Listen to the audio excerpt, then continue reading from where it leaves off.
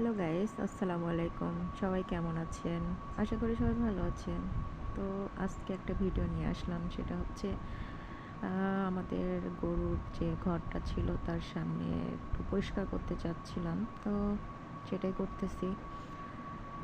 তো একসময় লাইফটা খুব এনজয় করছি, যখন আমি জবে ছিলাম অ্যাজ এ ব্যাংকার হিসাবে। যতটুকু লাইফ স্টাইল থাকার কথা ঠিক তেমনই ছিলাম। কখনো এরকম ঝাড়ু হাতে করব বা উম, এই রকম কাজ করতে হবে কখনো কোনো দিনও আমি কল্পনা করি নাই বা করি নাই। সেটা আজকে পরিস্থিতিতে আজকে এই জায়গাটায় এসে আমি দাঁড়িয়ে আছি। তো ভালোই লাগে কাজ করতে, খারাপ লাগে না। মাঝে মধ্যে হয়তো একটু কষ্ট লাগে, কিন্তু আমার কাছে ভালোই লাগে, খারাপ লাগে না।